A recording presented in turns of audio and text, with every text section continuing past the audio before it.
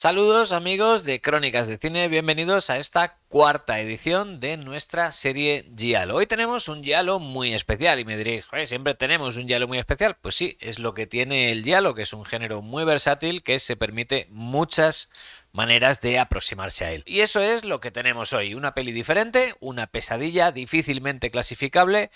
Un giallo en formato de batalla matrimonial que dejaría la Guerra de los Rose a la altura de una discusión mañanera sobre a quién le toca hacer el café. Nada más terminar todos los colores de la oscuridad, que ya vimos en la anterior entrega, Sergio Martino emprendió a su manera una vuelta a los orígenes literarios del género. Y precisamente de Poe tomaría prestado Martino uno de sus más celebrados relatos, El gato negro, con historia de su hermano y productor Luciano Martino, escrito, como no, por su guionista habitual, Ernesto Gastaldi, y basado libremente en El gato negro de Edgar Allan Poe. Hoy vamos a ver el cuarto giallo de Sergio Martino y su segundo de 1972, Tu vicio es una habitación cerrada y solo yo tengo la llave.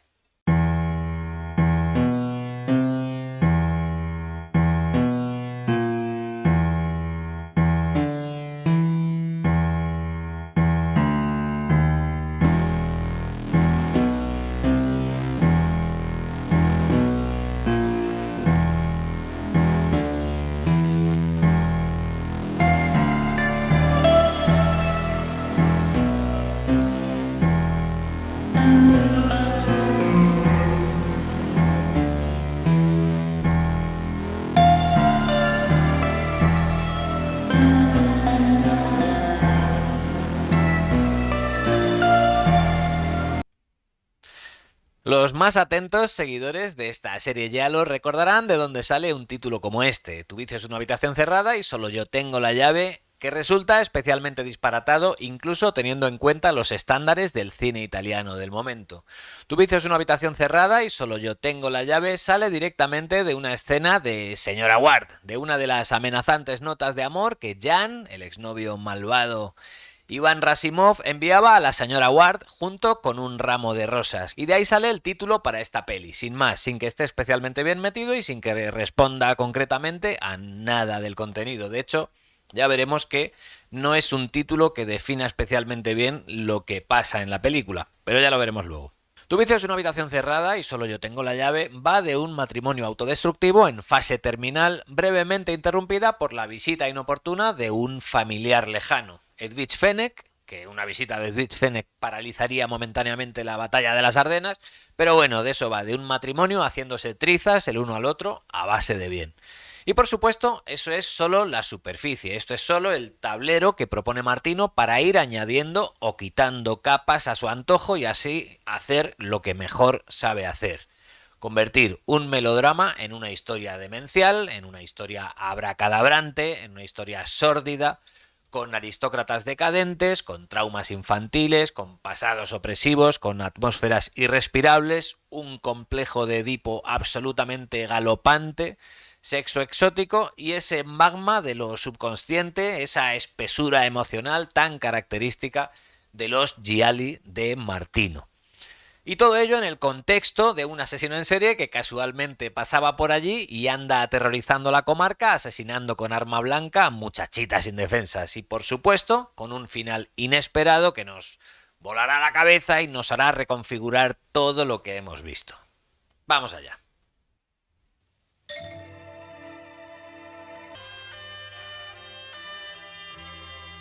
Luigi Pistilli, a quien ya vimos en La cola del escorpión, recordad aquel inenarrable comisario, en esta ocasión es Oliviero Rubigny, un decadente aristócrata rural, alcoholizado, físicamente amortizado y moralmente destruido. De hecho, su aspecto general durante todo el metraje es absolutamente lamentable, parece extraído directamente del culo de un camello bactriano, parece que sus toallas de baño estén hechas de bacon, lo vamos a ver continuamente, el aspecto es lamentable. Además es un escritor quemado cuyo bloqueo creativo además lo establece Martino como caricatura o como trasunto de su impotencia sexual y que está aquejado además de un profundísimo complejo de Edipo. Una joya.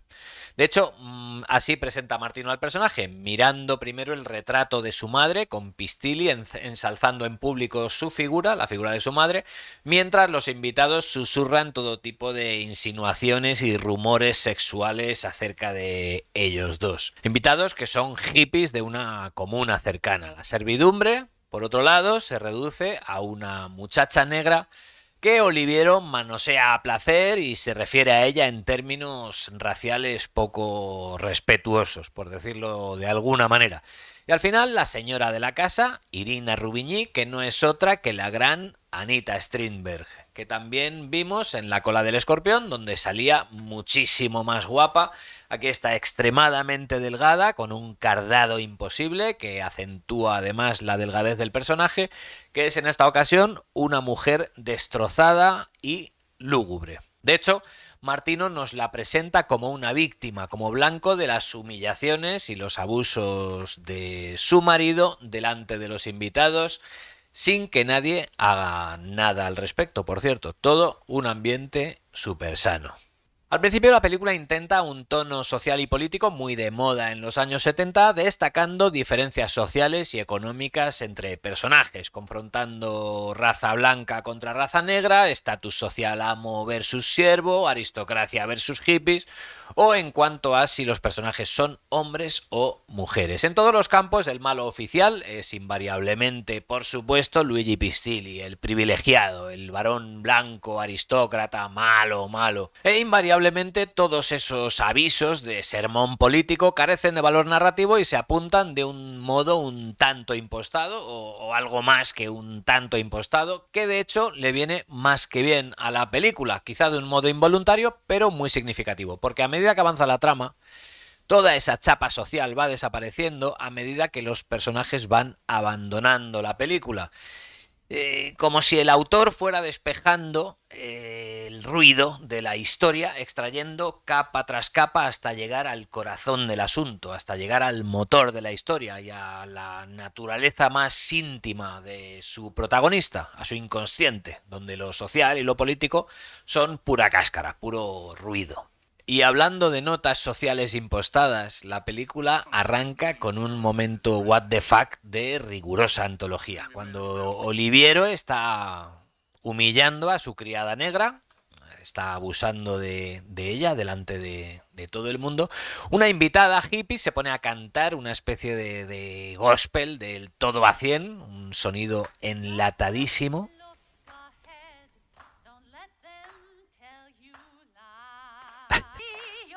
¡No! Mira este de la izquierda, mira este. Bueno, vemos que la criada no está especialmente cómoda, creo que tiene un ataque de cringe del tamaño de Jordi Pujol.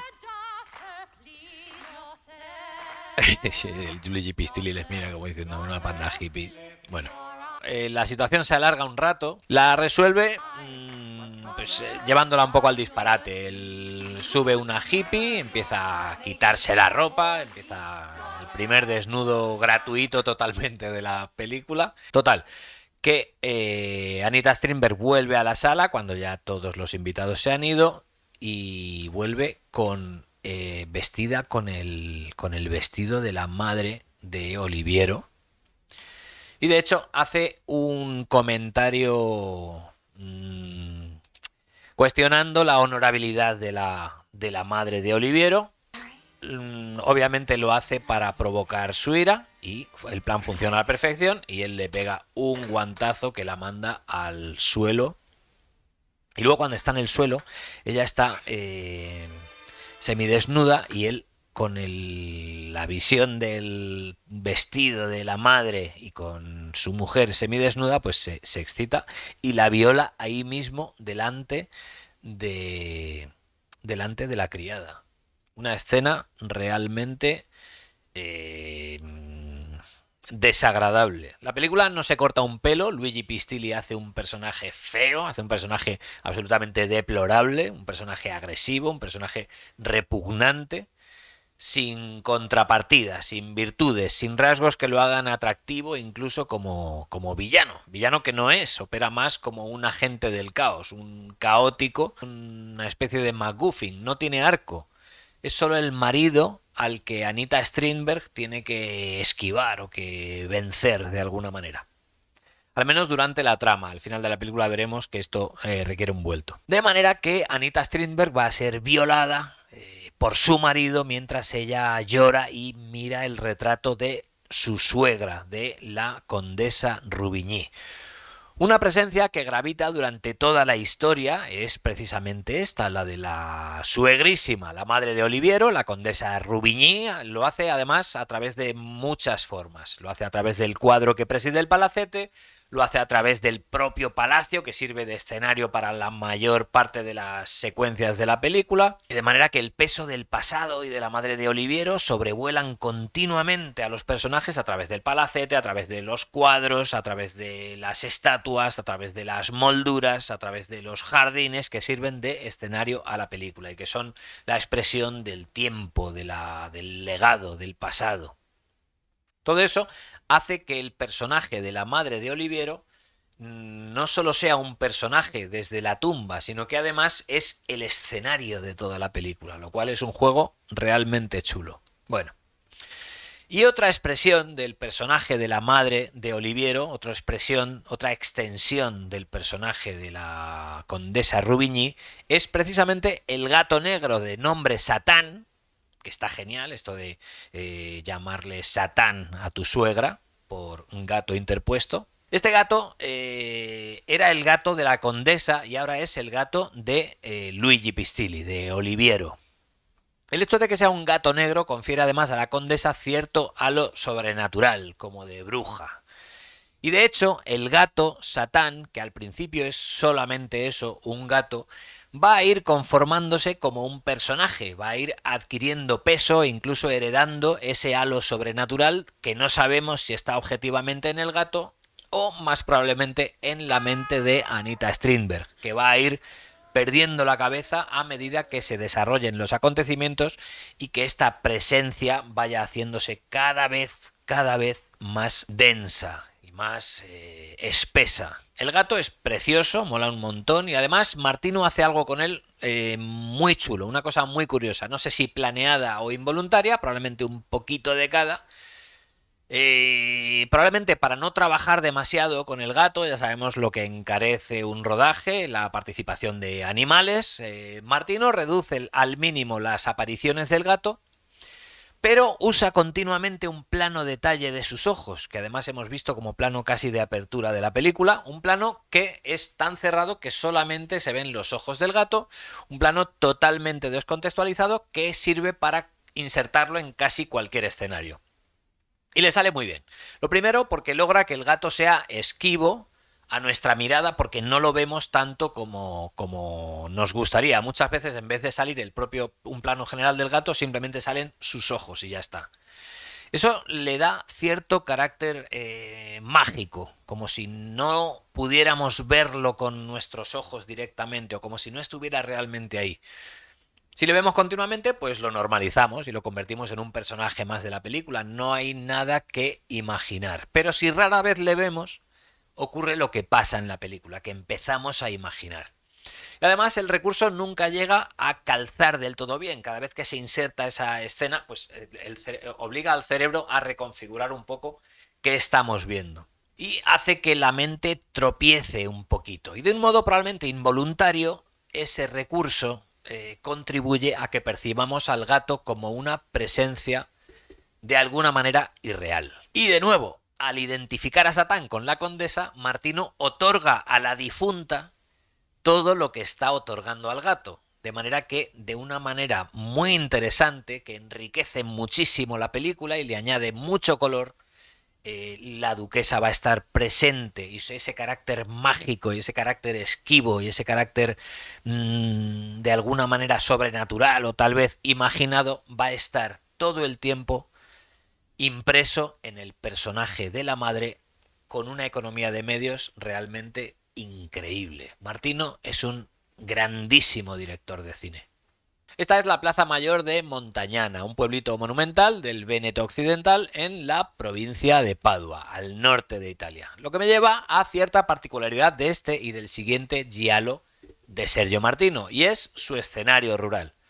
El giallo es un género eminentemente urbanita, y voy a aventurar que 9 de cada 10 gialli están ambientados en un entorno urbano. Esto no es casual. Los problemas que atenazan a los protagonistas del giallo suelen responder precisamente a neurosis y a enfermedades sociales que surgen precisamente en entornos seguros en los que la amenaza externa, el lobo, el hambre, el clima, la violencia, se han conjurado y nos deja cara a cara con nuestra propia psique, con nuestra propia habilidad para ser felices en ausencia de amenazas, lo que no es nada fácil, por cierto. Y es por esto que normalmente los protagonistas de un giallo son gente acomodada. Para disfrutar de un giallo sin distorsiones, sus protagonistas han de estar aquejados por enfermedades modernas, por complejos, por traumas, por miedos irracionales, y no por necesidades perentorias que distorsionarían el contenido.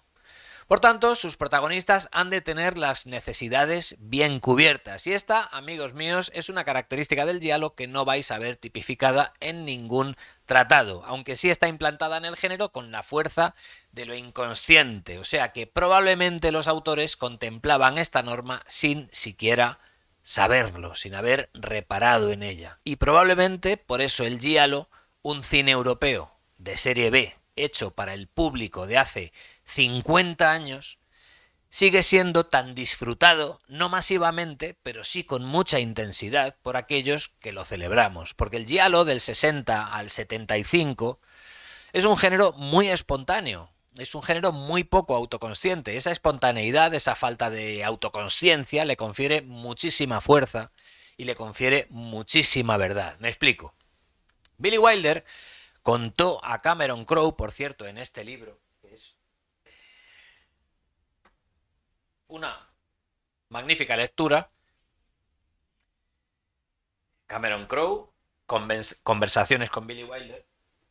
Pues en este libro, Wilder cuenta a Cameron Crowe, hablando precisamente de Perdición, que es una cumbre del cine negro, que en 1944, cuando se estaba rodando la película, cuando Wilder estaba rodando Perdición, él no estaba haciendo cine negro, él solo estaba haciendo una película, que lo de llamarlo cine negro vino después, es una etiqueta a posteriori. Y eso le pasa al giallo como género cinematográfico, como expresión cinematográfica o como lo quieras llamar. En los años 60 los italianos rodaban giallo literario, con convenciones literarias, cogían los libros, los gialli y los trasladaban a la pantalla.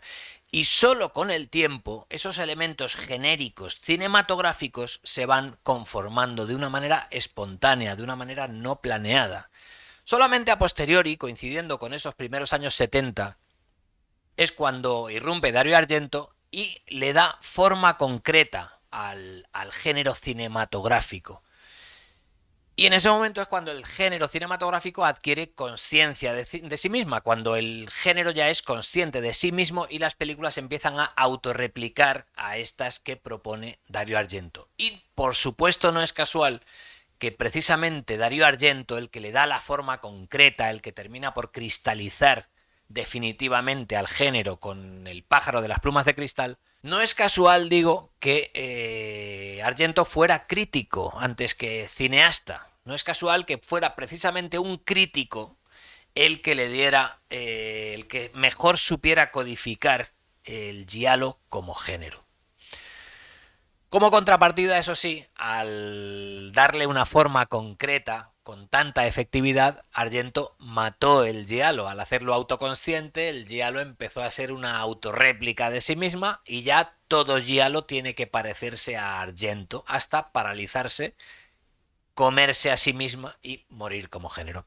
En resumidas cuentas, que este es uno de los escasos gialli rurales que hay. Hay otros, yo puedo sacar unos cuantos, vosotros seguro que también podéis sacar ejemplos de gialli rurales, pero ya digo, lo normal es que transcurran en la ciudad y cuando no, estamos hablando de personajes de dinero, de gente con fincas, de gente con casas solariegas, de veraneantes de dinero. Se me ocurre así a vuela pluma un caso de giallo que no responde a esta definición y es Non si se vicia un paperino, que en español se llama Angustia de silencio, de Lucio Fulci, una maravilla. Un giallo rural que habla de la sordidez de la gente humilde, no de la sordidez de la gente acomodada, sino de la gente humilde. Por eso es una película un poco rara, algunos ni siquiera lo llamarían giallo. Hablando de lo cual, tengo que pedirte que le des a la campanita para no perderte los próximos vídeos, concretamente el próximo vídeo hablando de Los cuerpos presentan trazas de violencia carnal. Dale a like si te está gustando todo esto, dame una suscribidita si eres así de amable y seguimos. Primera sangre. Muerte 1. En este caso va a ser la librera díscola, ha quedado con Luigi Pistilli, donde siempre resulta ser una cantera abandonada. No se me ocurre peor sitio para un encuentro carnal. Luigi Pistilli se lo monta súper cutre. Macho, págate un hotel, desgraciado. Pero bueno, esto es lo que es. La fotografía está muy chula, pero bueno, ya hablaremos de ella un poquito más adelante. Ahora vamos a ver al asesino que irrumpe de una manera un poco extraña. Hace ¡yay! ¡Yay! Entonces ya sale corriendo. Entonces él juega un poco al pilla-pilla, pero bueno, no se alarga demasiado, la verdad. Se agradece, por lo menos ella, la pobre librera, va a agradecer que la escena es bastante rápida. Lo soluciona todo de un tajo. ¡Raca! La chica la verdad es que no es la leche de convincente. Pero bueno, como tampoco he visto degollar a nadie, vamos a darle el beneficio de la duda. Igual ella se ha documentado mejor y ya está. Por cierto que parpadea un poquito justo al final del plano. Pero bueno, como es el money shot, como es el plano del dinerito, el plano de los efectos especiales, pues para repetirlo hay que limpiarlo todo, hay que reponer el dispositivo de la sangre, hay que rellenarlo, ropa limpia, rezar porque todo salga bien, porque además son mecanismos de bajo presupuesto, más bien precarios. Total, que la toma no se repitió, o al menos esta fue la mejor. Y ya digo, en realidad ese parpadeo en una persona a la que acaban de degollar, pues probablemente sea más que posible. ¿Quién dice que no? ¿Quién dice que no? ¿Quién es? ¿Qué sabe nadie? Rock and roll.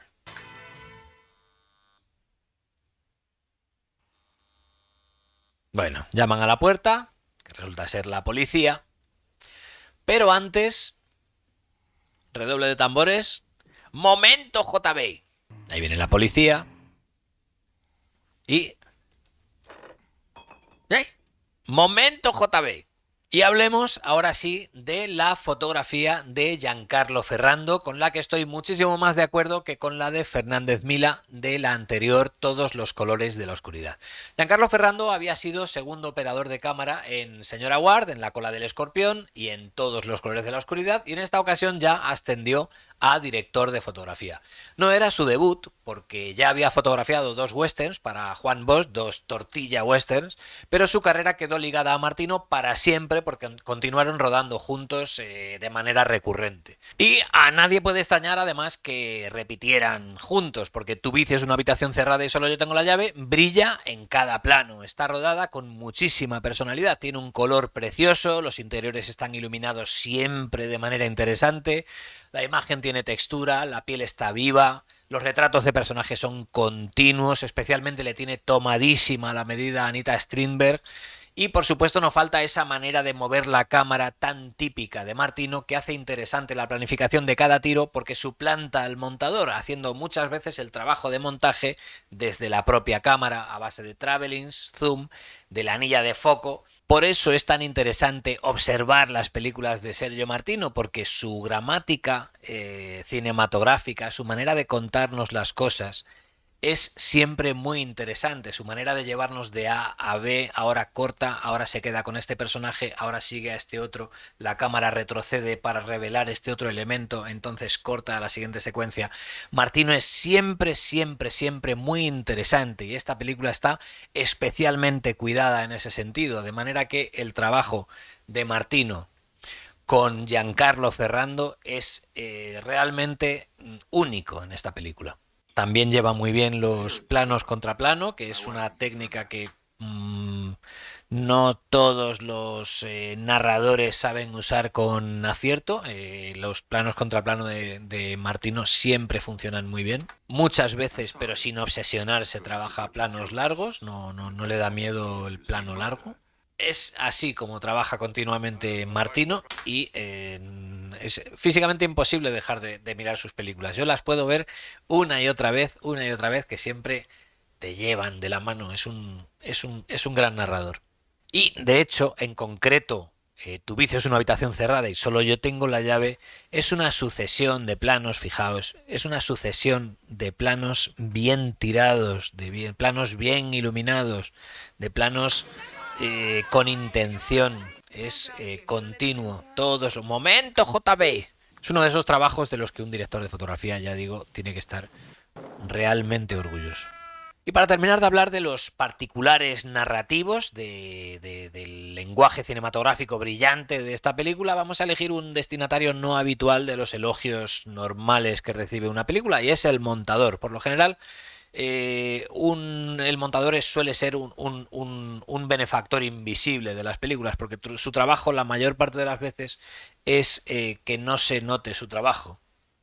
En este caso también es así, y aunque Martino a veces busca el plano abrupto, el plano que discute con los otros planos, con el que venía antes y con el que viene después, normalmente su lenguaje narrativo facilita un montaje muy suave, un montaje que es simplemente buscar el momento exacto entre el plano bien rodado de aquí hasta aquí y cómo engancharlo con el siguiente. Donde se nota más la calidad de un montador es precisamente yo. Donde noto mejor la calidad de un montador es en los planos y contraplanos. En los diálogos montados en plano contra plano, porque no es nada fácil. Es muy fácil cagarla. No es tan sencillo como ahora habla este y ahora habla este. Pum, plano para este. Se calla, habla el otro. Pum, plano para este. No, si haces eso, te has cargado la secuencia. Por eso necesita una buena secuencia de plano contra plano, un buen director también detrás, no solo un buen montador. Pero bueno, en este caso vamos a buscar esta escena.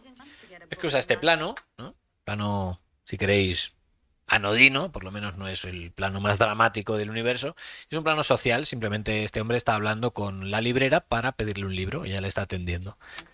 Cuando vemos que en realidad están enrollados, que eso era un paripé para poder ahora hablar de una manera más íntima, entonces sí pasa al primer plano de ella, que interpreta muy bien, y entonces empieza la conversación en plano contra plano, que es el ejemplo perfecto de lo que a mí me gusta de un plano contra plano, y es precisamente que no busca tanto al personaje que está hablando, sino que lo que busca obsesivamente son las reacciones a lo que está ocurriendo. No las palabras ya para eso está el audio, sino las reacciones. Y ahora, cuando tienen que volver a hacer el paripé, vuelve el plano general de dos, ¿veis? Con la gente de fondo, unos curas, ¿no? ¿Veis? La reacción de él. La gramática de Martino es siempre pulcra. Este es un momento curioso también por otra razón. En la visita del comisario se establece que Luigi Pistilli es el principal sospechoso del asesinato de la librera. Y luego averiguamos que no tenía coartada, que Anita Strindberg le estaba cubriendo ante la policía sin saber siquiera dónde había estado su marido. Y no se entiende porque pues el marido es un maltratador, la humilla, la ha violado. No parece ser la primera vez que ha ocurrido. Y no entendemos por qué razón Anita Strindberg le está cubriendo ante la policía cuando se lo podría quitar de encima súper fácilmente diciendo no, aquí no estuvo. Y bueno, le pondría cosas realmente difíciles.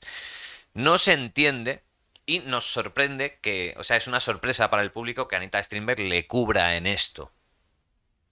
Sin embargo, ella está tan bien y la planificación de la secuencia está tan bien explicada que no es solo que muchas veces estas cosas que, como lo que estamos viendo, no se rijan por la lógica. O sea, cuando tú lees una noticia de un periódico, no todo se rige por la lógica. La mente humana es capaz de muchas posibilidades. No se ciñe exactamente a la lógica. No es la lógica lo que guía siempre nuestros actos, ni siempre ni casi siempre. Entonces, cuando vemos una situación como esta, la lógica no tiene por qué ser un factor. Y si nosotros vemos un fallo en esa secuencia, porque ha habido un fallo lógico y ella se está comportando de manera ilógica, es porque algo no se ha explicado bien. De hecho, por esa razón hice 4 vídeos completos, más de 2 horas de fallos de Wonder Woman 1984, porque nada ahí funcionaba, entonces nos dejaba todo el terreno del mundo para establecer todo tipo de fallos lógicos y divertirnos un montón viendo todo lo que está mal en esa película. Pero cuando algo está bien contado, realmente no necesita demasiados soportes lógicos, porque la mente humana no está hecha solo de soportes lógicos. Hay una parte muy importante de irracionalidad, hay una parte muy importante de elementos que desconocemos. Entonces, aquí no hay un fallo de lógica en esta secuencia. Si nos molesta un fallo lógico, es porque algo no se ha hecho bien. Momento JB. Se acerca la muerte de la criada Brenda. Aquí tenemos un ejemplo clarísimo del poder de un buen actor incluso sin hacer nada delante de la cámara, solo estando quieto delante de una cámara. La comparación es un poco cruel, pero la vamos a hacer de todos modos. Aquí tenemos a Brenda, la criada, que se ha puesto el mejor vestido de la señora, de la condesa Ruvigny, la criada negra fantaseando con ser la condesa. Fantasía además sexual, porque ella se ha puesto el vestido de la condesa, se está mirando al espejo y se ha excitado. Fijaos en la energía que imprime cada uno. Primero Brenda y luego Luigi Pistilli. No hay comparación posible. Fijaos, ella está ahí como... Lo está haciendo terriblemente mal. Y él absolutamente quieto. La cantidad de intención, de intensidad, de energía, de vicio. Porque aquí tenemos, por un lado, fantasías fetichistas, lésbicas, por un lado, también fantasías de clase, también con un componente fetichista. Y por otro lado tenemos todo eso, más el voyerismo y el complejo de Edipo sumado. O sea que tenemos una secuencia de mucha carga fetichista y de mucha carga sexual y de mucha carga inconsciente. Fijaos que ella de eso, o sea, no sabe absolutamente nada. Ella se está mirando al espejo y está como... No tiene muchas dotes interpretativas. Mientras que Luigi Pistilli, fijaos la potencia de su interpretación. Quieto totalmente. La fotografía, por supuesto, también ayuda. El montaje también ayuda. Pero ahí lo más importante es tener a un profesional, a un actor que sabe exactamente lo que está haciendo y que no es plantarse delante de la cámara y hacer como que te estás excitando. Luigi Pistilli era un grande. Y aquí está fantástico porque precisamente no hay ninguna necesidad de que yo explique o desgrane todos los componentes sexuales y toda la carga sexual que está sucediendo ahí. O sea, toda la cantidad de guarrerías que están pasando en el interior de esa cabecita, el plano lo está contando con una sencillez pasmosa. Y este es un fenómeno, además, que yo como operador de cámara de informativos observo continuamente. Cuando un personaje no funciona, cuando tienes en el plano, en la cámara, a una persona que no está funcionando por lo que sea, porque está insegura, porque no sabe colocarse, porque piensa que está saliendo fea, lo que sea. Cuando el personaje no está donde tiene que estar, el cuadro, el plano, no funciona en absoluto. Todos son problemas. La luz tiene un problema, el encuadre es incorrecto, el audio está bajito, ojalá hubiera desenfocado el fondo, corrijo de zoom, todo son problemas. Si de repente, sin tocar la cámara, quitas a ese personaje y pones a otro que sabe lo que está diciendo, que está seguro de lo que está haciendo, que se siente seguro y que se siente sólido y que está centrado, de repente el plano sin tocar nada de él, empieza a funcionar. Luz, cuadro, diafragma, obturación, distancia focal, audio. Todo está bien de repente. Esa es la magia de la fotogenia y de la energía actoral. Y Luigi Pistilli, con toda su falta de atractivo personal, lo tiene.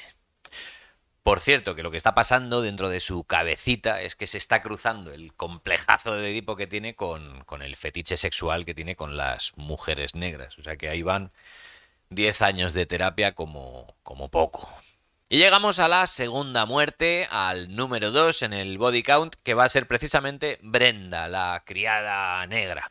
El asesino anónimo la deja sequita como la mojama. Eso sí, tiene la particularidad de morir dos veces. Una en el acto y otra un poquito después, dando un susto de muerte a Anita Strindberg, que no gana para disgustos.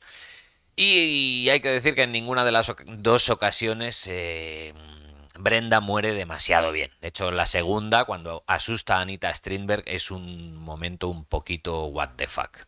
Noche de tormenta, una puerta se abre, Brenda va a cerrarla y ¡ay! Una mano masculina blanca la agarra del cuello y le pega un tajo que le abre el esternón por la mitad. La pobre chica no tiene unas dotes interpretativas excesivas. Entonces Anita Strindberg se levanta, se despierta con tanta fiesta, porque en esta casa sí que saben divertirse, pues y claro, pues, susto de muerte. La, la criada moribunda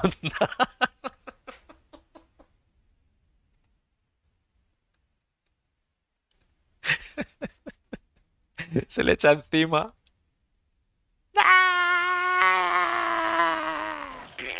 Y ahora sí, se quita como la mojama. Luego, para colmo de males, vemos a Luigi Pistilli vagando por la casa con un moco de aquí te espero, lo que no ayuda mucho a que confiemos en él como personaje. Pero bueno, ya vamos entendiendo cómo funciona la mente de Martino para darnos cuenta de que si este es el sospechoso oficial, probablemente al final salga exonerado de alguna manera, pero no adelantemos acontecimientos. Y llega la visita inoportuna. Llega por fin Edwidge Fenech, esta vez con pelo corto, esta vez en un registro muy diferente al de Señora Ward y a la Jane de Todos los colores de la oscuridad. Películas que la tenían bajo una constante presión. En este caso, toda la presión recae sobre Anita Strindberg y Edwidge se puede relajar un poco, estrenar look, tirarse a medio reparto, mantener siempre el control y ser de hecho, un poco repelentilla de puro desahogado, que es su personaje. Y por cierto, que Edwidge viene para quedarse con el puesto de protagonista, que por necesidades de guión, Anita Strindberg se ve obligada a soltar para pasar a convertirse en una secundaria. Y aquí está el que faltaba, Iván Rasimov, más sospechoso que nunca, teñido por su peor enemigo. Será como de costumbre una figura ominosa, una figura lacónica, de apariciones cortas y certeras, como ráfagas de marine colonial, y cuyo cometido como personaje no conoceremos hasta los compases finales. Ahí lo tenemos. Momento JB. Y llegamos al momento estelar en que Edwidge Fenech se tira a Anita Strindberg. Que bueno, precisamente de lo que más me molesta en Tu vicio es una habitación cerrada y solo yo tengo la llave, es que la irrupción de Edwidge Fenech viene de alguna manera a hacer menos interesante la película, porque viene a aliviar tensiones, supone un paréntesis en la guerra de los Rubigny. Y esta escena que viene a continuación es el ejemplo perfecto de que Edwidge viene a aliviar tensiones porque se va a tirar a Anita Strindberg. Luigi Pistilli la encierra a su mujer en un trastero, le da una de sus famosas ventoleras, dice tú para adentro, ragachón, y le cierra por fuera. El gato Satán se cuela de alguna manera, no se sabe cómo, y claro, se monta un pifostio de aupa. La invitada se desvela, rescata a Anita Strindberg, la lleva a su habitación para tranquilizarla y al relajarse ambas acaban teniendo una escena lésbica. Yo diría que esta situación concreta está diseñada precisamente para aludir al título de la película. Tu vicio es una habitación cerrada y solo yo tengo la llave. La escena en sí es bastante aburridilla, con esa caspilla de porno soft tan característica del erotismo de los años 70. Como dije antes, por cierto, terminaría confesando Martino que estas escenas eran más exigencia de la distribuidora que exigencia de la propia narración, que nadie se sentía especialmente cómodo rodándolas, que además había que llevarlas un poco al límite para que la censura dejara pasar los planos más suaves.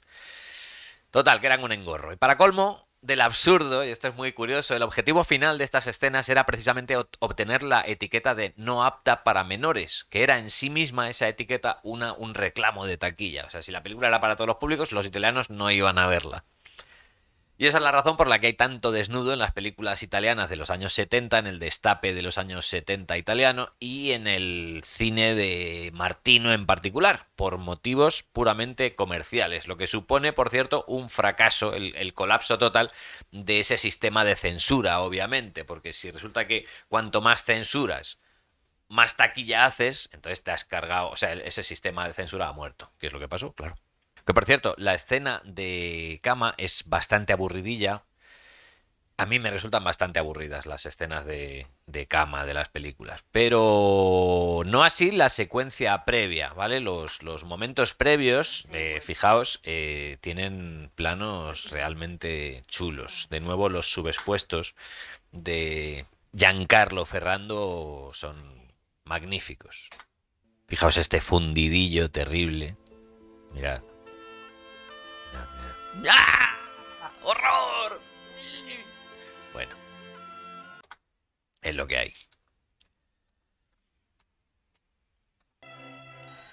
Es lo que hay. Por cierto, esto los más jóvenes no sabrán qué es esto, pero esto es un despertador de los de antes. Con ese dial programabas la hora a la que querías que te despertara, que sonara el timbre, luego hablabas con la centralita para desconectarlo y punto. Un sistema engorroso, pero exacto y fiable.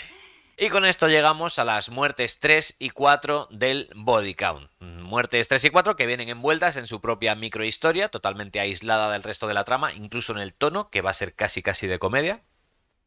Un ejemplo de narración cinematográfica, además, interesante, sin apenas nada que contar. Esta prostituta del pueblo, cuya madre y proxeneta le organizan los clientes, va a ser apuñalada por el asesino en serie, con la particularidad de que la proxeneta le va a dar al asesino un zurriagazo que lo va a dejar sequito como la mojama, convirtiéndolo en el muerto número 4.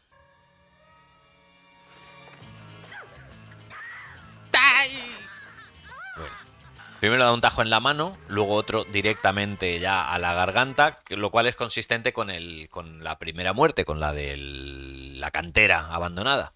Y en mitad de la huida llega la madre y le pega un sartenazo en la cabeza que lo deja sequito como la mojama. ¡Yay! Le ha pegado un viaje espectacular. Clon. Desde luego suena a sartenazo. No sé si es una sartén porque no se ve, pero suena como una sartén. De hecho, le da en la nuca y lo mata. El caso es que luego el muchacho tiene sangre en la cara y en el cuello. Y si eso ha sido de un sartenazo, pues, o sea, esa mujer es Conan. No sé. Más probablemente la sangre venga del anterior asesinato, sea sangre de su anterior víctima. Pero no estamos seguros. Bueno, seco. Lo ha dejado seco, vamos, de un golpe. La madre es más mortífera que el asesino del pueblo, porque el asesino necesitó 2 golpes para matar a su hija, y la madre solo 1. Lo que nos lleva a otro genuino momento what the fuck, que es el momento en que Luigi Pistilli se entera de que ya no es sospechoso de la muerte de la librera, del asesinato de la exalumna díscola. Resulta que está Pistilli tomándose unas birriquis con el comisario en una terracita y el comisario, de pasada, le dice: ah, por cierto, que ha aparecido el asesino en serie. O sea, que el escritor del pueblo, el principal sospechoso, se entera de pasada, hablando con el comisario, de que el asesino en serie de un pueblo de 10.000 habitantes ha sido asesinado con arma blanca por la madre proxeneta de su última víctima, la puta del pueblo. Esto es absolutamente maravilloso. La explicación de la trama de los asesinatos en serie es todavía mejor. Resulta que el asesino es el librero del pueblo, al que no reconocimos in situ, por cierto, que esa es otra. El plano de revelación de la identidad del asesino nos quedamos como quién es este desgraciado, porque no tiene nada que ver verlo en un solo plano, que nos habíamos olvidado de él, arreglado y perfectamente controlado que verlo tirado en el suelo, sudoroso, ensangrentado, en la penumbra, muerto y con una cara así. Pues yo no le reconocí. Yo dije, ¿y este desgraciado quién es? Bueno, pues resulta que era un loco que se escapó de un psiquiátrico hace 8 años y abrió una librería a 2 horas del psiquiátrico del que se había escapado, haciendo efectiva esa vieja máxima de Manuel Azaña que decía que si quieres mantener un secreto, ponlo en un libro. En este caso, ponlo en una librería. Bueno, pasamos página, fijaos qué bien traído. Cuando llega a casa, Luigi Pistilli tiene una pelotera monumental con su señora. Bueno, la intenta estrangular y toda la pesca, todo el lío montado.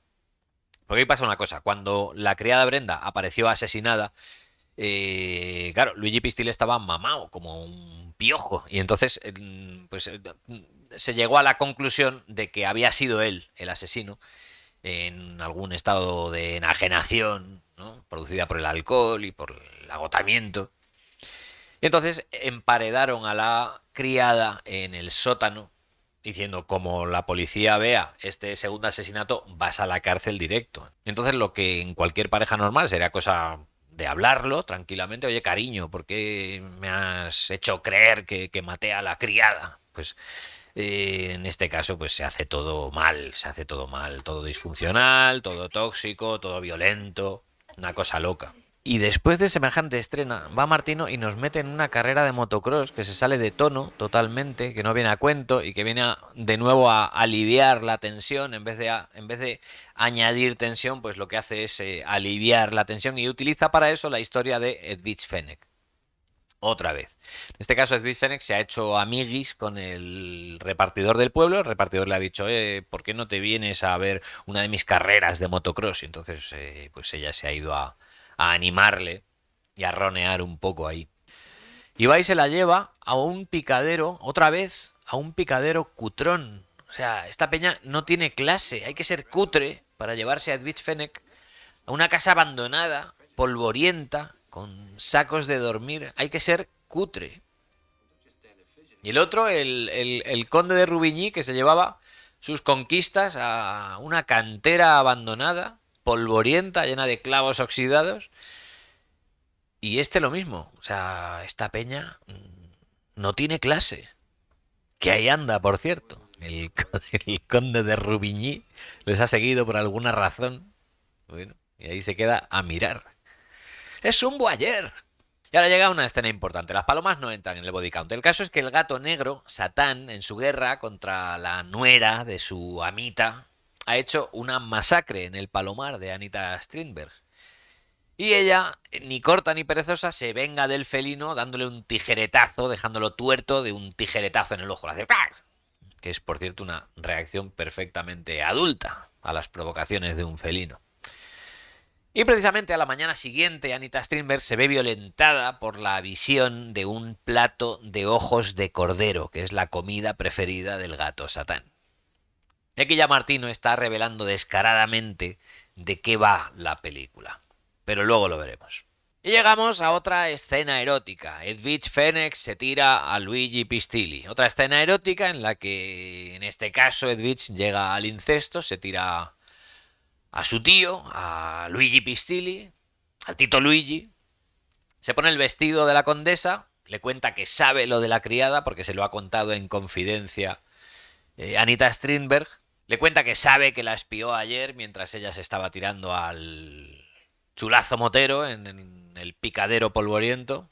Y pues al lío, él se ve espoleado por toda la situación, por el fetiche del vestido, por la propia belleza de Edwidge y por el morbo del incesto. Y de nuevo una escena que no añade gran cosa, casi todo es redundante y que sirve de hilo comunicador entre dos personas que ya estaban conectadas, que ya estaban... Es que no viene a destensar de nuevo, porque si Luigi Pistilli tenía una tensión sexual con ella, pues de nuevo esta escena viene a destensar. No me bajo de la burra, Edwidge Fenech está mal metida en esta película. Mucho más interesante resulta la secuencia del palomar que viene justo después. Anita Strindberg está intentando recomponer los destrozos del gato Satán y llega Luigi Pistilli, entra en el Palomar, la interroga acerca del paradero del gato, que no aparece, dónde está mi gato, qué le has hecho a mi gato. Ella no confiesa, contesta con evasivas. Él se irrita, se frustra y acaba, pues como siempre que habla con ella, pues acaba intentando matarla. Acaban en el suelo, además, haciendo cochinadas. Y de hecho ella parece estar disfrutándolo al final. Es una escena muy, muy enfermiza. Que ilustra muy bien además la relación de ellos. Hay que ser un cochinazo para hacer el gorrino en el suelo de un palomar que está lleno de mierda de paloma directamente. Y vamos a llegar efectivamente a la muerte de Luigi Pistilli.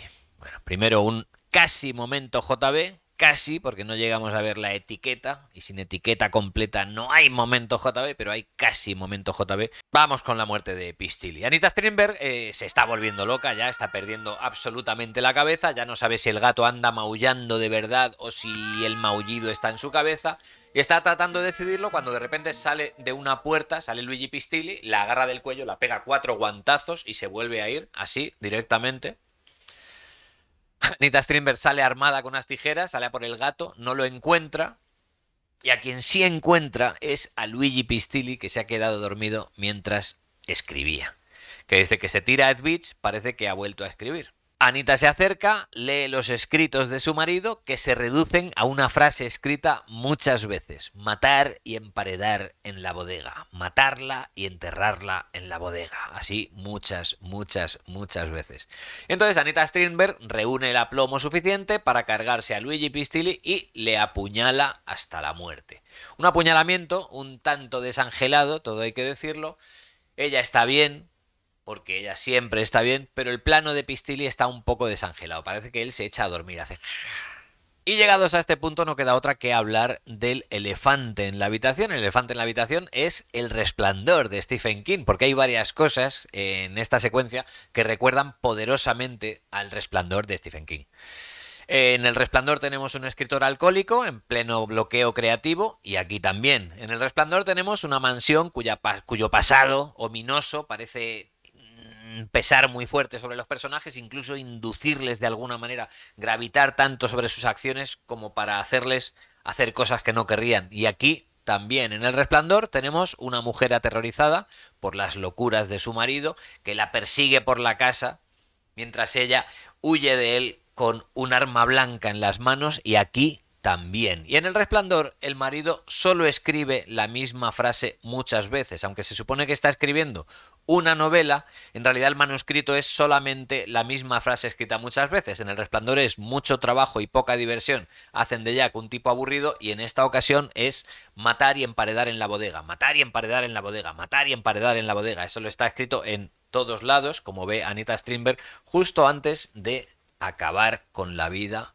de su marido. Cabe señalar que Tu vicio es una habitación cerrada y solo yo tengo la llave es del año 1972, muy anterior a la publicación del Resplandor, que fue publicada en 1977. Stephen, ¿tienes algo que contarnos? Escúchame, ven aquí. Ven aquí, que no te voy a hacer nada. ¿Tú tienes algo que contarnos? Cuéntanos. Pero no te vayas, ¿por qué te vas? Y llega el momento de las revelaciones. En una secuencia muy chula, muy bien expuesta, una secuencia visualmente muy original además, Ed Beach pone sus cartas sobre la mesa. Su objetivo desde el principio habían sido las joyas de la condesa Ruvigny. Y ahora chantajea a Anita Strindberg, con cara amable, pero el mensaje es claro. Las joyas o voy a la policía. Porque Ditch acaba de presenciar cómo Anita Strindberg ha matado a sangre fría a su marido. De manera que juntas emparedan a Luigi Pistilli, que también se ha quedado sequito como la mojama. Y no quedan ahí las revelaciones, todavía llegamos más lejos. Ed Beach se va con su nuevo chulazo, con el repartidor motero, y cuando Anita Strindberg se queda sola, le cambia el rictus y se pone en modo soy la mala de la película y todo me ha salido bien. Se le pone una sonrisa de... Abre la puerta a Iván Rasimov, que era su amante subrepticio todo este tiempo, y su mano derecha. Bonito momento what the fuck es cuando Anita Strindberg se queda sola en la bodega y se pone a hablar en alto un soliloquio explicando a Luigi Pistilli toda la tostada y de paso explicándola al público. Le explica que ya mató a la madre, antes de matar al hijo mató a la madre, que ha estado haciendo todo este tiempo luz de gas a su marido todo el tiempo y que habría seguido haciéndolo porque seguía disfrutando y que habría disfrutado eternamente de destruirle día tras día hasta que tuvo miedo de que él la matara a ella. Entonces en ese momento tuvo que parar la diversión y matarlo. Anita Strindberg se revela de esta manera como la gran villana y lo confiesa todo ahí, entre botellas de lambrusco, in vino veritas est. Muerte 6, Edwidge Fenech.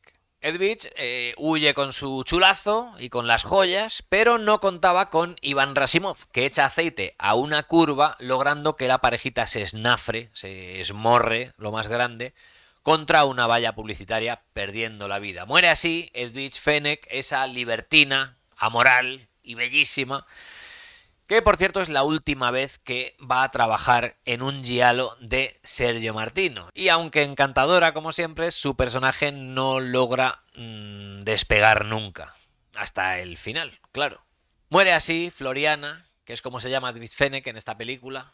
Floriana, la sobrina traviesa.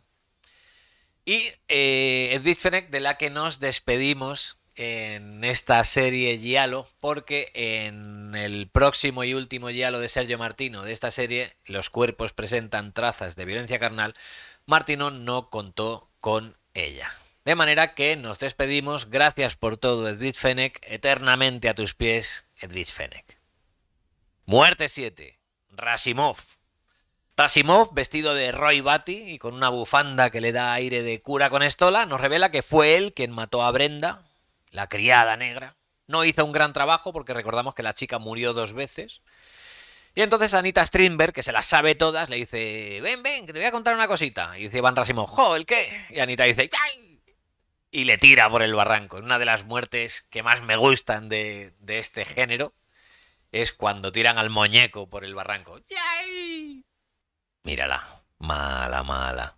La moraleja del cuento es obvia. Si Anita Strindberg al borde de un precipicio te dice: ven, que te voy a enseñar una cosita, no vayáis. El epílogo es una maravilla. Anita Strindberg vuelve a casa victoriosa, todo le ha salido bien, ya no tiene que fingir ante nadie, ya nadie puede descubrirla, ya no hay miradas indiscretas posadas sobre ella, pero en casa espera el comisario. La buhonera, que presenció cómo Anita Strindberg dejaba tuerto al gato Satán, ha denunciado un caso de violencia sobre los animales a la policía local. Esto pilla por sorpresa a Strindberg, que comete el error de dejarles entrar. Y una vez que los tiene en casa, a Anita Strindberg no se le ocurre otra cosa que sacarles unas copillas. Momento JB. Y Satán, el gato, se pone a maullar y atrae a los policías hasta el sótano. Anita Strindberg se pone nerviosa y confiesa. Entonces el ayudante del comisario tira abajo la pared y descubre los cuerpos de Luigi Pistilli y de Brenda. Y también descubre al gato que está tuerto. Al emparedar a Luigi Pistilli, Edwidge Fenech y Anita Strindberg emparedaron también, sin saberlo, al gato Satán, que se había colado para acompañar a su amito. Fin. Final absolutamente maravilloso, que además está sacado directamente del final del relato de Allan Poe, El gato negro. Un relato del que toma unos pocos elementos nada más la película, pero del que demuestra una lectura bien cuidadosa. Bueno, vamos con el body count. El body count quedaría de la siguiente manera. 1. Fausta, la librera díscola, degollada por Bartelo, el librero psicopático. 2. Brenda, la criada negra, destripada por Iván Rasimov. 3. Giovanna, la prostituta del pueblo, degollada por Bartelo, el librero psicopático. 4. El propio Bartelo, el librero psicopático, muerto por un perrugazo que le ha pegado la Madame Mortífera, la madre de Giovanna. 5. Luigi Pistilli, apuñalado por Anita Strindberg. 6. La condesa Rubigny, muerta, sin que sepamos el modus operandi, por Anita Strindberg. Los muertos 7 y 8 son el chulazo y Edwidge Fenech. por accidente de moto provocado por Iván Rasimov. Y 9, Walter, Iván Rasimov, despeñado por Anita Strindberg. De manera que Anita Strindberg, como buena villana de la película, es la reina del body count. Ha matado a 3 personas físicamente y además las muertes de Iván Rasimov, que son otras 3, han sido por orden de Anita Strindberg. De manera que serían muertes provocadas por Iván Rasimov físicamente, pero a las órdenes, el autor intelectual sería Anita Strindberg. Y luego queda el verso suelto de los muertos de Bartelo, el librero psicopático, y la Madame Mortífera, que acaba por darle el perrugazo final a Bartelo, que esos están un poco como versos sueltos ahí. Pues son 2 muertos para Bartelo y 1 para la Madame. Bueno, ya habíamos visto en Señora Ward que también usaba a un asesino en serie que operaba de manera tangencial a la trama y que servía al verdadero malvado para camuflar sus propios asesinatos. Que por cierto sabemos que en ambos casos, en Señora Ward el asesino tangencial y en este caso también el asesino tangencial, son aportaciones de Martino al guión de Gastaldi, que me imagino yo que se le llevarían los diablos con las ideas de Martino. A mí me parece personalmente una verdadera insensatez, pero reconozco que me divierte mucho, le da mucho color y si no se hace en un diálogo, ¿dónde se va a hacer? Y sí he incluido a la condesa en el body count porque tiene una gravitación muy importante en la película. Es verdad que la condesa murió mucho antes de que empezara la película, pero su personalidad gravita y su personaje gravita muchísimo en la película, a través del cuadro, a través de el gato, sobre todo a través de Anita Strindberg, para la cual la guerra con su suegra todavía continúa. Entonces, cuando al final de la película se nos revela que Anita Strindberg mató a la condesa, eso sí me resulta un giro importante en la trama, en la manera que tenemos de entender los acontecimientos. No pasa como con cuando nos dice Edwige Fenech que en realidad venía a por las joyas. Eso yo me quedo exactamente igual. En el caso de la revelación de que Anita Strindberg mató a la condesa, lo reconfigura todo. De manera que es una muerte que gravita tanto sobre la película que por eso la he incluido en el body count. Y para terminar con el body count, hay un detalle importante en la muerte de la condesa a manos de Anita Strindberg, y es que solo podemos especular acerca del modus operandi. Los asesinatos de Walter son inducidos por Anita Strindberg, o sea que Strindberg es una asesina manipuladora. Las asesinas manipuladoras suelen ser envenenadoras, porque prefieren no buscar la confrontación directa. Y de hecho, el hecho de que nadie hable de la muerte de la condesa nos indica que la condesa murió como de muerte natural o de enfermedad de una muerte que no levantó sospechas. Porque si hubiera levantado sospechas, las habladurías habrían llegado hasta nosotros. Y como no lo hacen, calculamos que la condesa murió como de muerte natural. Y si murió como de muerte natural, pero Anita Strindberg nos dice que ella la mató, pues lo más probable es que la envenenara. En todo caso, no creo que Martino o Gastaldi tengan demasiado que decir al respecto, si es que alguna vez se formaron un criterio de cómo Anita Strindberg mató a su suegra. ¿A ti qué te parece? ¿Cómo crees que Anita Strindberg mató a la condesa Ruvigny? Déjamelo en los comentarios y reabrimos el caso. Por otro lado, es inevitable, a la luz de las últimas revelaciones, reconfigurar lo que suponemos sobre la condesa. Durante toda la película hemos supuesto que la condesa era una mala persona, una persona siniestra, y que entre ella y su hijo han destrozado la vida de Irina. Pero, ahora que sabemos que Anita Strindberg es un verdadero monstruo, ¿mejora eso nuestro concepto de la condesa o de Oliviero?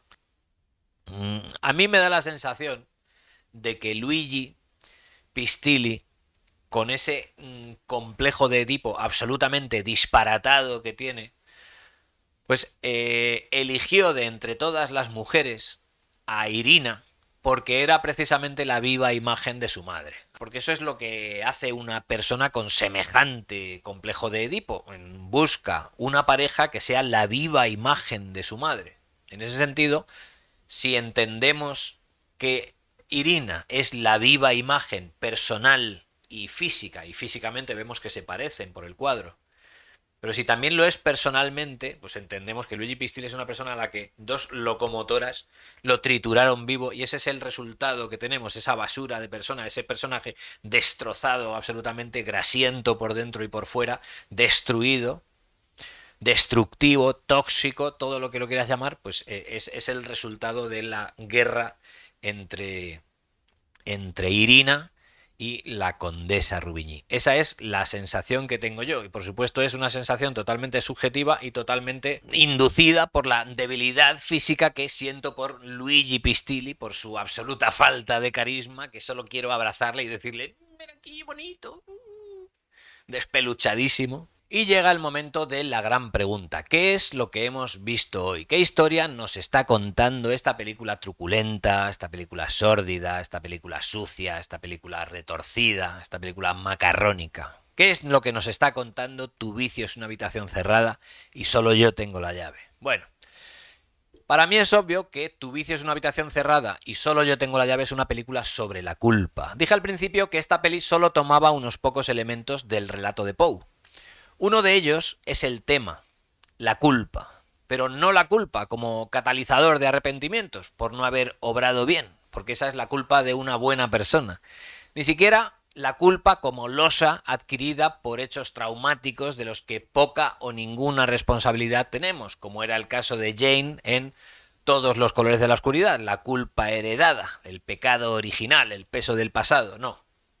Aquí Martino, lo mismo que Poe, nos habla de la culpa como sentimiento corrosivo inherente al mal. El mal verdadero no se puede arrepentir, pero tampoco puede ser feliz, porque le consume una pulsión, una culpa incurable. Si la culpa es un veneno, el arrepentimiento es el antídoto. Y la culpa que persigue a Irina, como la que persigue al protagonista del Gato Negro de Alan Poe, es una culpa que no tiene arrepentimiento, es una culpa que no tiene antídoto, es una culpa incurable que termina deviniendo en deseo incontrolable, en deseo irracional de ser atrapado. De hecho, al final de la película, Irina desea ser atrapada y provoca que la atrapen, confiesa antes de que la pillen. Y lo hace para descansar de una vez, para acabar con todo. Una vez que ha destruido todo, ya solo queda destruirse a sí mismo. Por eso confiesa antes de tiempo, cuando todavía tenía oportunidades de salvarse usando uno de sus muchos recursos para el mal y para el engaño. Y lo hace porque está cansada y porque quiere que la atrapen. Vamos a analizar un momento el personaje de Irina, porque como villana es un personaje interesantísimo. Irina no tiene reprimido el ello. Irina sabe satisfacer sus apetitos, incluso los más destructivos. Irina quiere ganar, quiere pisotear al enemigo, quiere humillarlo, quiere regodearse en la victoria y quedarse con todo lo suyo, con todo lo del enemigo. Pero lo hace de manera ordenada. No lo hace de una manera compulsiva, sabe esperar, sabe disimular, no es un tren que entra directo a matar, porque eso estropearía sus planes. No le cuesta esperar, y de hecho disfruta con la situación, así se lo dice al final a Luigi Pistilli, le dice, habría seguido toda la vida destrozándote cada día, pero cuando tuve miedo de que me mataras, entonces te maté yo a ti. En ese sentido, Irina es un personaje muy, muy maduro, porque sabe sacrificarse. Como muchos psicópatas que viven entre nosotros, más o menos indetectados, sabe manipular, sabe imitar las emociones que alimentan a nuestras neuronas espejo, pero sin sentirlas. Es un trabajo puramente actoral, es un trabajo de imitación, basado en la observación, en la imitación y en el sacrificio. Por eso, cuando vemos sola a Irina, la vemos frente a un espejo, porque está ensayando como lo haría un actor. Y por tanto, Irina tiene muy bien trabajado el ello, no lo tiene reprimido, no tiene reprimidos sus impulsos animales, sino que los sabe canalizar de una manera ordenada, de una manera controlada. No lo tiene reprimido porque lo que reprimes te sale por las orejas, te sale por los poros, no puedes evitarlo, no puedes controlarlo. Aparece en el momento menos pensado. Esa no es Irina. Irina es una asesina muy controlada, una villana terriblemente controlada. De hecho, Irina proyecta una imagen contraria a la del depredador que es. Proyecta la imagen de la víctima. Una imagen perfectamente calculada mediante la manipulación y mediante el propio sacrificio. Ella se deja pegar, se deja humillar para encontrar un bien mayor. De manera que Irina tiene un yo muy trabajado, un yo que sabe alimentar las pulsiones internas, las pulsiones inmediatas, los apetitos, y acomodarlas a las pulsiones del mundo exterior mediante la paciencia, mediante el sacrificio, cultivando un objetivo de largo recorrido. De nuevo, en ese sentido, Irina es un ser muy maduro, ninguna niña pequeña que necesita que la dejen ganar o me llevo la pelota. Y si Irina tiene muy bien coordinados el ello y el yo, de manera que sus pulsiones internas están muy bien coordinadas con el mundo, de manera que no chocan, no rozan, puede engañar al mundo y hacerle pensar que es una víctima cuando en realidad es un depredador. Por eso digo que no creo que el título de la película defina especialmente bien lo que ocurre en ella. El título, Tu vicio es una habitación cerrada y solo yo tengo la llave, alude a alguna represión sexual que no se da en la película. Irina no tiene para nada reprimidos sus impulsos sexuales. De hecho, los vive con bastante naturalidad. Sin embargo, y aquí está lo interesante, sí hay una parte fundamental de la personalidad que está totalmente reprimida en Irina. Y es el superyo, el baremo ético, el código moral, la mirada del Padre, la mirada de Dios. Irina tiene muy bien trabajado el yo, de manera que puede negociar con el ello, que son las pulsiones ocultas y las pulsiones primarias, las pulsiones sexuales, los apetitos, los miedos más primarios, los tiene muy bien acomodados al mundo, de manera que ella es un monstruo muy competente que sabe engañar a todo el mundo, engañar a todos a su alrededor, incluso a la policía. Sin embargo, el superyo lo tiene absolutamente reprimido. Y es ahí precisamente donde se manifiesta el desequilibrio profundo y evidente que termina por cargarse a Irina, por comerse a Irina, por destruirla. Porque ya sabemos que todo aquello que el yo no logra armonizar o no logra canalizar de una manera ordenada, pues no desaparece, sino que se reprime. Y cuando se reprime, sale de cualquier manera. Lo que hace curioso a este personaje es que al hablar de represión, por lo general, hablamos de reprimir las pulsiones del ello, ¿no? Los apetitos sexuales, los placeres, los miedos profundos, lo adquirido al nacer, el animal que llevamos dentro. Pues al hablar de represión solemos hablar de reprimir eso, ¿no? De reprimir sexo, de reprimir, ¿no? Con moralismos, ¿no? Sin embargo, no se suele hablar tan a menudo de reprimir el superyo, el código moral. Y eso es lo que hace tan interesante el personaje de Irina, que no reprime el ello, no tiene reprimidas las pasiones, no tiene reprimidas las pulsiones, no tiene reprimidos los terrores o los apetitos. Lo que tiene reprimido Irina es el superyo, es el código moral. Lo adquirido no al nacer, sino al entender. La mala conciencia. Lo que tiene reprimida Irina es la mala conciencia. No es que no tenga una conciencia. La tiene, pero la tiene reprimida. Y por eso salta al final. El hecho de que el superyo esté formado por piezas artificiales, porque son piezas artificiales, el superyo es adquirido, más o menos dicen que a los 4 años de vida empezamos a adquirir un superyo basado en las instrucciones, las coordenadas morales de nuestra cultura, de nuestra sociedad, de nuestra familia. Es en ese momento cuando la adquirimos, entonces es de creación humana. Pero en cuanto la adquirimos es tan real como lo demás, como lo congénito, como lo adquirido al nacer. Que no sea innato no quiere decir que luego se lo pueda eliminar o reprimir o suprimir.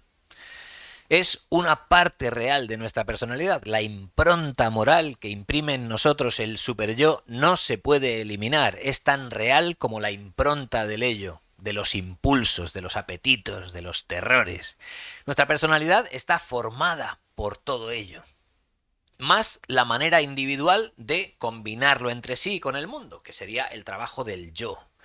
Y la represión produce tensión, produce desequilibrio, produce neurosis. E Irina tiene reprimida una parte fundamental de la personalidad, no los apetitos, no los impulsos primarios, que tiene bien armonizados, sino el juicio moral. El juicio moral es lo que está reprimiendo absolutamente. Y esa es precisamente la perdición de Irina, la represión del superyo, la represión de la mala conciencia, que hace que al reprimirlo aflore de cualquier manera. Al reprimir la mirada del padre, la mirada de Dios, la mirada del juez, que lleva dentro lo mismo que todos nosotros, Irina empieza a ver esa mirada en cualquier otro lado. Y esa culpa la vamos a ver representada continuamente, como ya nos ha acostumbrado Martino, a través de la mirada de los otros. El que oculta algo se siente observado.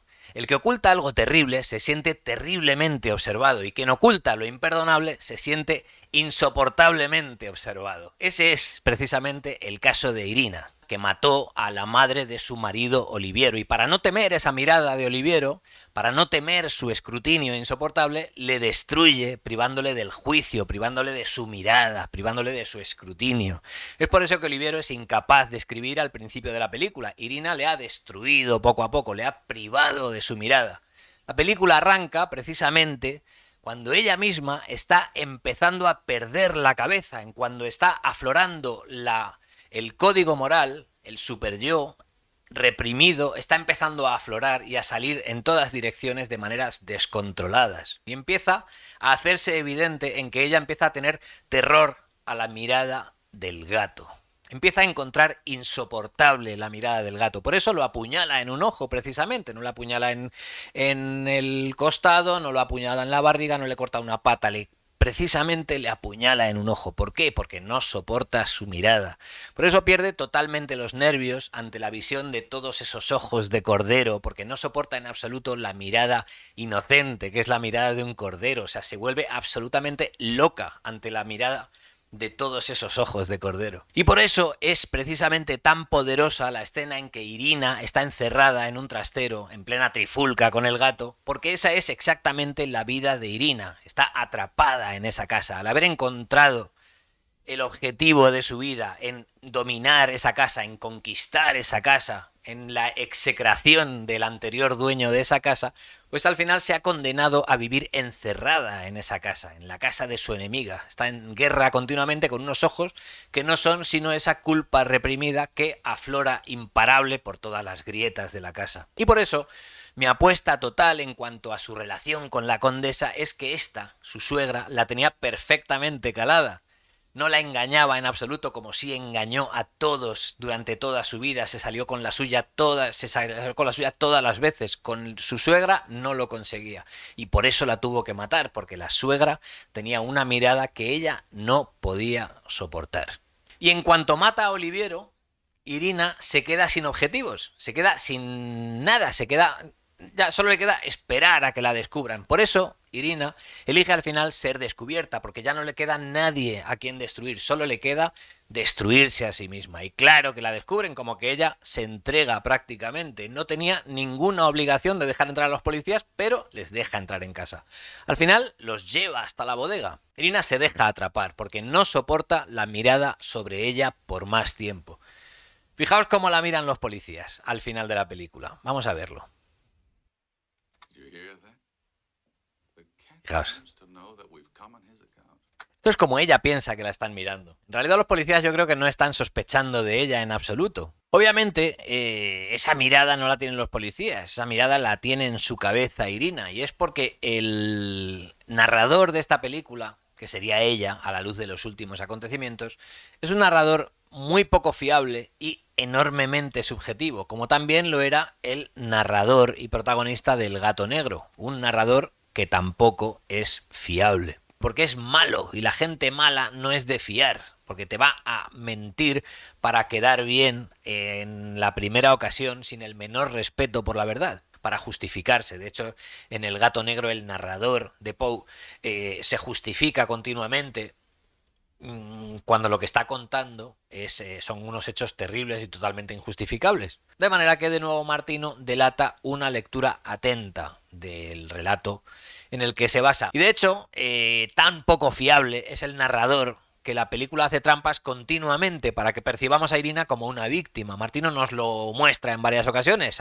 Nos muestra a Anita Strindberg sufriendo a solas en lo que a la luz de la revelación de los últimos acontecimientos solo podemos interpretar como que es una práctica de su disfraz. Incluso cuando está sola, ella no sabe quién puede estar mirando o, como los actores del método, permanece en personaje para hacerlo más convincente. Y en ese permanecer en el personaje es donde nos engaña a nosotros, o en donde encuentra Martino su espacio para ser tramposo, para engañarnos, para poner el sufrimiento íntimo o a solas de Anita como prueba de que es inocente. Que esa sería, pues, otra función del personaje de Edwige Fenech, por cierto, la de ser testigo del sufrimiento de Anita Strindberg, del sufrimiento falso de Anita Strindberg, porque si nos fijamos, en cuanto ha muerto Brenda, la criada, ellos dos se han quedado a solas. De manera que justo la película viene al rescate y coloca otra vez a un testigo para que Anita Strindberg pueda seguir disimulando. De nuevo, Edwige Fenech como dispositivo de guión, como elemento auxiliar y no troncal de la película, como debería ser un protagonista, un señor protagonista de la película. Bueno, ¿ves? En estos momentos ella ha sido humillada y está llorando, está sufriendo, cuando ahora nosotros sabemos que ella estaba disfrutando en el fondo, está diciendo, este tío está cavando su propia tumba y cada día está más destrozado.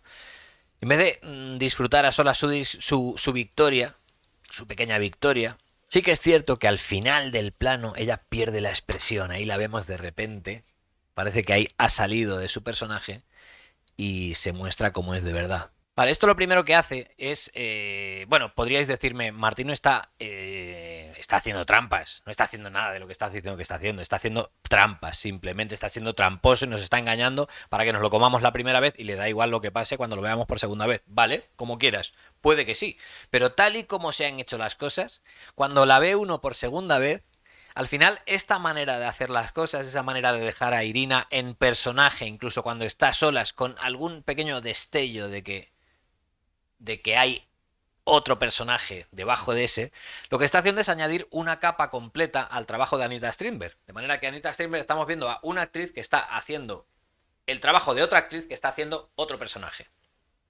Y eso le añade muchísima verdad al personaje, a Irina. La llena de verosimilitud, la llena de dimensión, la llena de verdad. De hecho, la primera vez que ves la película estás más pendiente de otras cosas, pero las siguientes veces que la ves es ella y solo ella la que atrae toda la atención y es cuando se evidencia que Edwige Fenech es un relleno que no hace sino distraernos de la verdadera atención, del verdadero mojo de la película, donde está el dinero de la película, el midichloriano, está en Irina. Eso es evidente sobre todo cuando la ves una segunda vez. Otra cosa que hace este no salirse del personaje ni siquiera entre tomas, como un actor del método que no sale del personaje mientras los de producción van preparando la siguiente toma, el actor sigue en su personaje. Cuando Irina está haciendo eso, seguir en su personaje incluso cuando no hay nadie mirando, puede que no tenga mucho sentido desde un punto de vista humano el hecho de seguir en personaje cuando no hay nadie mirando. No lo sé. Pero la sensación que me da cuando veo la película sabiendo ya toda la tostada completa es que Irina está actuando para nosotros, para los que estamos sentados delante de pantalla mirando la película. Ella actúa siempre para los otros y cuando se queda sola, incluso en ese momento, sabe que seguimos mirándola, de manera que sigue interpretando. Eso lo que hace es incluirnos físicamente en la película.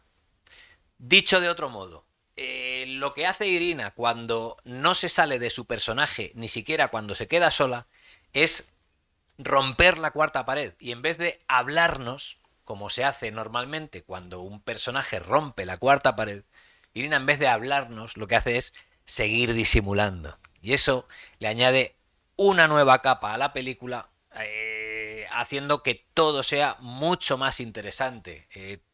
Tú dices una habitación cerrada y solo yo tengo la llave. Es una película compleja, muy rica y muy divertida. Ya, una absoluta insensatez. Otro ángulo que merece la pena desarrollar es que la necesidad de ocultar al personaje hasta el final nos ayuda a entenderlo, porque la naturaleza del personaje es precisamente el disimulo, pero también lo lastra mucho, sobre todo en un primer visionado. A falta de una trama más rica o de mejores engaños, mejor urdidos, la peli necesita que Anita Strindberg no desarrolle demasiado, que se dedique a dar vueltas sobre sí misma de una manera un tanto redundante para no revelar la sorpresa final. Y entre no dejarla a solas para mantener el engaño y que no hay mucha más trama con la que distraer al espectador, la visita de Beach, en lugar de acelerante, actúa como retardante. Lo que hace es retrasar todo un poco sin proponer gran cosa, salvo un triángulo amoroso que no añade tampoco gran cosa y que habría funcionado mejor en la primera mitad del metraje, cuando la película real, la verdadera película que estamos viendo, aún se esconde bajo todas las otras capas de comentario social de arranque que, a los 10 minutos de película quedan totalmente olvidados. De hecho, esa es la dinámica de la película, la misma que la de su protagonista Irina, empezar cubierta de ruido para ir sacudiéndose todas esas impurezas, esas capas sociales, políticas, superficiales, e ir quedándose poco a poco a solas con sus propios pensamientos hasta terminar en el sótano de su inconsciente, hablando en alto, a solas, la verdad, la verdad del personaje, totalmente libre de fingimientos, totalmente libre de enemigos ya. Por eso resulta redundante la inclusión en el lapso de 5 minutos, más o menos en el minuto 30, de tantos personajes de golpe. En el minuto alrededor del minuto 30, cuando aparece Edwidge Fenech, que van a recogerla el matrimonio a la estación, se nos presenta a Edwidge Fenech, se nos presenta a la prostituta, se nos presenta a la madre de la prostituta, se nos presenta a Iván Rasimov y se nos presenta también un poquito antes, pero en el lapso de 5 minutos, al motero repartidor. Todos esos personajes se nos presentan de repente cuando ya la película estaba bastante bien centrada. Y eso resulta, digo, un poco redundante, porque ya al principio de la película Martino nos ha puesto en situación política, social, de actualidad, para luego decirnos que en realidad todo eso es ruido, que en realidad lo importante de los personajes, lo importante del ser humano en sí, que es de lo que estamos hablando en esta película, está mucho más allá de eso, está mucho más adentro, que lo otro es cáscara. Por eso digo que es un poco redundante meter a tantos personajes de repente cuando allá habíamos establecido una cáscara que desechar. De repente metemos otra cáscara que en realidad no es cáscara ya. Ya estamos hablando de personajes para alargar una trama que si no hay que ya empezar a resolver. Y todavía queda una hora de película. Entonces, en ese sentido, se ve como un relleno un poco todo. Y eso lastra la película. La contrapartida dulce de esta manera vertiginosa de escribir y de rodar 2 películas, 3 al año, es la verdad que contienen esas obras. Al escribir tan rápido, no da tiempo a mentir. Cuando hablas muy rápido, al final solo puedes decir la verdad o revelar la verdad, aunque estés mintiendo, no puedes ocultar la verdad. Y esa verdad resulta siempre una verdad íntima, una verdad subconsciente. La nota social del principio de la película es una nota impostada, no tiene peso, es cáscara, es ruido. Al terminar la película queda tan lejos que no parece ni la misma película. Lo que queda al final es la verdad, es los movimientos íntimos, los movimientos telúricos de nuestro interior, de nuestro ser más íntimo y de nuestro ser más inconsciente, un producto de todo, del mundo, de nosotros, de nuestros padres, de nuestros genes, del azar. Una cosa difícilmente gobernable. Y es eso lo que vemos en Irina. Irina suprimiendo oponentes hasta quedarse sola. Es cada uno de nosotros despejando incógnitas para averiguar finalmente quiénes somos. Porque al final Irina lo que está haciendo es quitarse oponentes y al final averiguar quién es. Irina emparedando secretos, Irina reprimiendo la culpa, Irina reprimiendo las consecuencias de sus actos, las consecuencias morales, las consecuencias físicas de sus actos. Irina reprimiendo el juicio moral y a la vez deseando revelar lo que esconden esos muros. Es cada uno de nosotros tratando de reprimir y a la vez de soltar en ese precario equilibrio entre lo que uno trata de no mostrar al mundo y lo que uno necesita mostrar al mundo. Irina, vagando como un fantasma por ese viejo palacete poblado de enemigos, representando un papel impostado, disfrutando de ello la mayor parte de las veces, pero no siempre, y a la vez recibiendo las mismas hostias día tras día, mintiendo a su público y a la vez huyendo del escrutinio moral propio y del público.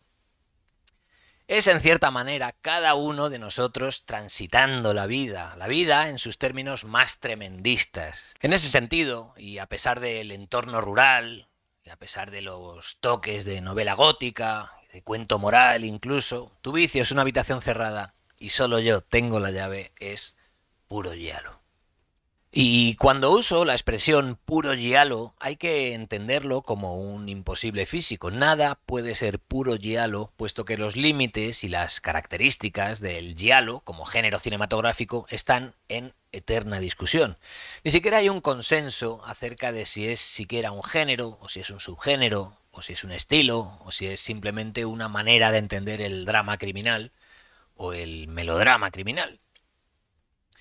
Yo ante estas discusiones tiendo a tener respuestas intuitivas, o a medida que he ido madurando he encontrado más confort en las respuestas intuitivas. Y ya rara vez busco ante estos disquisiciones, estas discusiones tal vez un tanto bizantinas, pero que tanto nos dan que hablar, rara vez tengo respuestas absolutas. Decía San Agustín, hablando de la naturaleza del tiempo, si nadie me lo pregunta, sé lo que es. Pero si quiero explicárselo al que me lo pregunta, ya no lo sé. Eso es exactamente lo que me pasa a mí con el giallo. Sé reconocerlo perfectamente, pero tratar de articularlo en palabras es imposible, es endiabladamente espinoso. Probablemente porque el giallo es una idiosincrasia, no es un género, no es un estilo. Es una manera de entender el cine o de retorcer el cine para tratar de entenderlo. Y por tanto, una manera de retorcer la vida para tratar de entenderla. Y ese, y no otro, es el fin del verdadero arte, del arte de la verdad. Retorcer la vida para tratar de entenderla. Y esto ha sido todo, muchas gracias por tu atención, dale a like si te ha gustado, si no te ha gustado pero aún así has llegado hasta aquí, muchísimas gracias por tu santa paciencia, dale a la campanita para recibir próximos vídeos, quedo a tu disposición, soy Andrés Navas, esto es Crónicas de Cine, buena luna y hasta la próxima.